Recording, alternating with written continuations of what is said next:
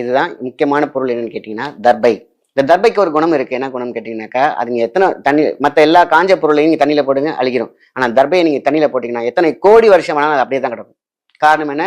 அதுக்கு இருக்கிறதுலே மூலிகையிலேயே ஸ்பெஷல் தர்பை. ஸோ தர்பையை கொஞ்சம் எடுத்து வச்சுக்கணும். அது லாக்கெட்டா வச்சுக்கோங்க. இதுக்கு பேர் போன பாதுகாப்பு அப்படின்னு அனுமன் சொல்லுவாங்க. அடுத்தது வந்து கந்திருஷ்டி விநாயகர். ஸோ ரெண்டுமே வந்து பாத்தீங்கன்னா பாதுகாப்பு. ரெண்டு பேருமே நம்ம பற்றென்று பற்றி கொள்ளணும். அப்ப கந்திருஷ்டி விநாயகர், விநாயகர்ல நிறைய வெரைட்டி இருக்கு. அதுல வந்து கந்திருஷ்டி விநாயகர் நீங்க வந்து கூகுள்ல இருந்து டவுன்லோட் பண்ணி வச்சுக்கோங்க, ஃப்ரேம் பண்ணி வச்சுக்கோங்க.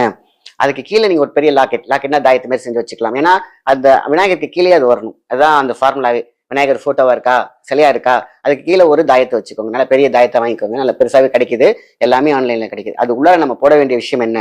3 மிளகு. சொல்லுவாங்க 3 மிளகு இருந்தா எதிரி வீட்டுல கூட போய் சாப்பிடலாம்னு சொல்லுவாங்க. மிளகுக்கு அவ்வளோ பெரிய சக்தி உண்டு. 3-4 பீஸ் தர்பை. தர்பை மிளகு 2 முக்கியமானது. 3வது என்ன? வெள்ளை குங்குளியம். எல்லாம் சொல்லுவாங்க அது புகை போடுறதுக்கு தானே அது அப்படிம்பாங்க. வெள்ளை குங்குளியம் ரொம்ப ரொம்ப முக்கியமானது. அதை கொஞ்சம் போட்டு வச்சுக்கோங்க. சாம்பிராணி, அதுவும் புகைக்கு நினைச்சிட்டு இருக்கோம். அப்படி கிடையாது. காத்துல இருக்கக்கூடிய நட்சத்திரமே நெகட்டிவிட்டி, அதை காலி பண்ணும். சாம்பிராணி கொஞ்சம், வெண்குங்குளியம் கொஞ்சம். இந்த புகையாவும் போடலாம், நீங்க பொருளாவும் போடலாம். வெண்கடுகு, அது வந்து ஒரு ஜஸ்ட் நீங்க லாக்கெட் போட்டு இருக்கு, ஒரு கொஞ்சோண்டு எடுத்து உள்ள போட்டுக்கோங்க. அவ்வளவுதான் சார். இதை மட்டும் நீங்க உள்ள போட்டு வச்சுக்கோங்க. கந்திருஷ்டி எப்பேற்பட்ட கந்திருஷ்டியும் போகும். தேவை